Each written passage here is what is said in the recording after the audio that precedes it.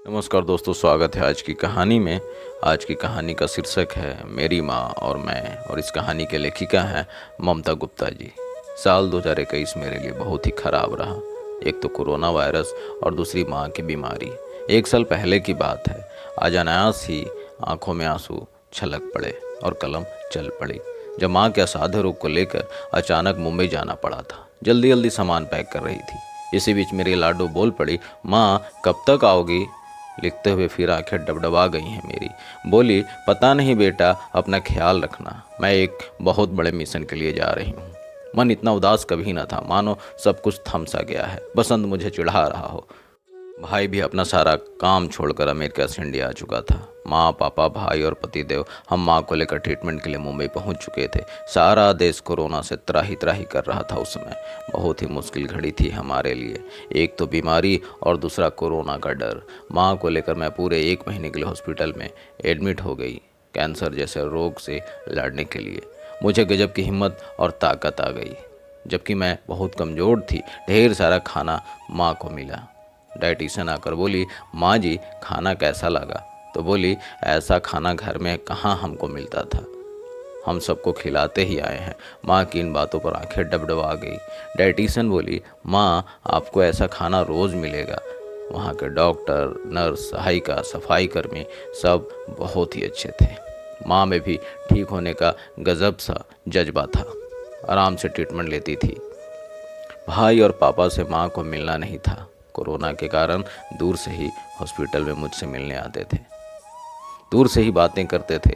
मन ही मन खूब रोती थी। बता भी नहीं सकती थी कि माँ कैसी है। 3-4 दिन में मिलने आते थे कोरोना के कारण, लेकिन गजब की हिम्मत थी उनमें। जैसा कि उसका नाम है, पहाड़ी। पहाड़ के समान हिम्मत दे रहा था मुझे कि तुम खड़े रहो, अडिग रहो, सब कुछ अच्छा होगा। बहुत बड़ी हिम्मत थी मेरे लिए वो। माँ भगवती सब अच्छा करेंगी। माँ का ट्रीटमेंट शुरू हुआ। बीमारी से कहीं ज़्यादा खतरनाक ट्रीटमेंट था। कभी कभी मैं उदास हो जाती थी और अकेले में ही रोती थी। माँ रात भर कराहती रहती थी। माँ, मैं और मेरा भगवान ही जानता था कि किस तरह गुजारे थे हमने वो दिन। बहुत कष्टदायक था। रोज़ दिन कुछ न कुछ अलग अलग टेस्ट होते रहते थे। डॉक्टर और नर्स बोलती थी, मम्मी को आराम से इंजेक्शन दीजिएगा, माँ को दर्द नहीं होना चाहिए। डॉक्टर से पूछती थी कि ठीक तो हो जाएगी ना मेरी माँ। इतना लाचार बेबस मैंने खुद को कभी अपने जीवन में नहीं महसूस किया। 15वें माले पर अस्पताल से बाहर तो जाना नहीं था। खिड़कियों से ही मुंबई की सूनी सड़कें निहारती रहती थी मेरी नज़रें। माँ की हालत क्या थी, किसी से बोल नहीं पाती थी। डॉक्टर कहते थे, आप चिंता मत कीजिए, हम पूरी कोशिश कर रहे हैं, माँ ठीक हो जाएगी। एक दिन मेरा मन बहुत उदास था।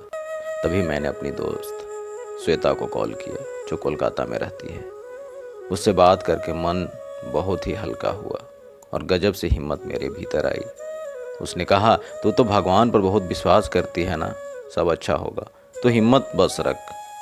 गजब का जादू था उनकी बातों में। फिर बात करके मैं सोने चली गई। माँ के बगल में मेरी बिस्तर लगी हुई थी। लेटे लेटे मैं भगवती का ध्यान करने लगी।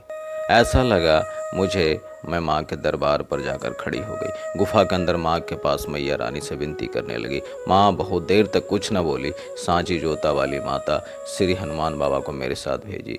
माता सीता से वरदान मिला था कि जब तक यह धरती रहेगी आप अजर अमर रहोगे। तभी मेरा ध्यान टूटा और मैं भाव विभोर हो गई। माँ की शक्ति को मैंने पहचान लिया। माँ को दिल से पुकारो तो हर संकट के साथ रहती हैं। अपने बच्चों पर दया दृष्टि दिखाती दौड़ी दौड़ी आती हैं। इसी हिम्मत के सहारे हॉस्पिटल में इतने दिन बिताया। हॉस्पिटल से निकलते वक्त डॉक्टर ने कहा, आप महान हैं। मुझे बहुत खुशी है कि मेरी माँ आज स्वस्थ है।